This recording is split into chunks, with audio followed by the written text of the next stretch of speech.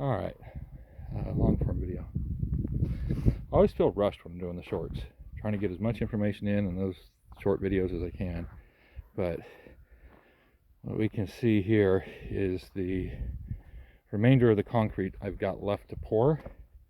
A little bit of the curb section over there, not really curb section, it's just covering the tires and part of the bond beam. But starting from this corner right here, north wall 100% done.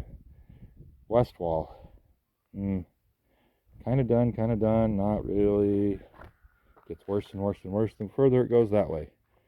I got 3 yards of concrete coming, hoping that that's enough to finish this with just a little extra. But what I'm doing, I've got a batch of concrete mixed up. I'm going to stir that one more time before I dump it in here. But down in here where I did not get any concrete down into the form, I am going to pour this wheelbarrow load of concrete in there and bring it up about 6 or 8 inches. That should solidify the bottom of that form better and help to prevent a blowout. This is the section that blew out before, and I've got it reformed, and forms are back up, and you can see there's the residue of a lot of that concrete in there. I am going to be pouring probably 2 wheelbarrow loads, maybe 3 wheelbarrow loads of concrete in here, depending on what it takes to fill up about 6 or 8 inches. So I got to get to it. I'm going to pause this. I'll show it after I dump the first one. Yeah, it is about an hour later after the last one. Kind of forgot I was doing a video. Anyways, I've got no idea how well you can see that, if you can see it at all. I got concrete down in there, got the bottom 8 inches of it there. So I poured a batch of concrete down in here. Yeah. Anyways, I think I'm about ready for tomorrow's concrete pour.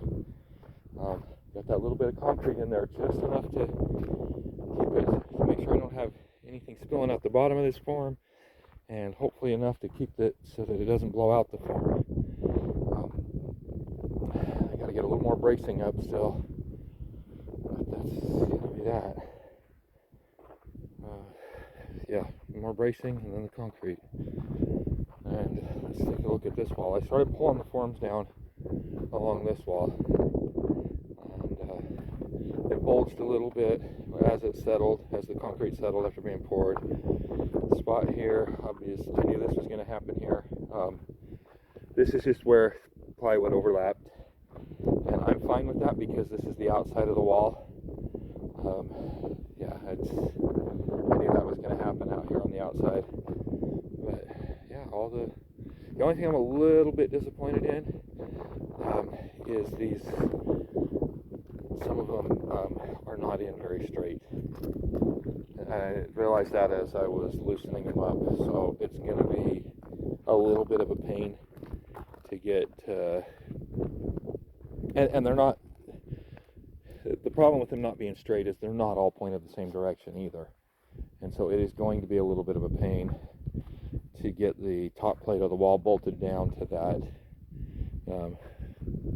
But it'll work out. I'll get that done, and yeah, here. Anyways, there will be more videos coming out in the next couple of days after this concrete pour, and then when I strip the forms down to see how it all turned out. Yeah, so look forward to that tomorrow, or the next couple of days anyways.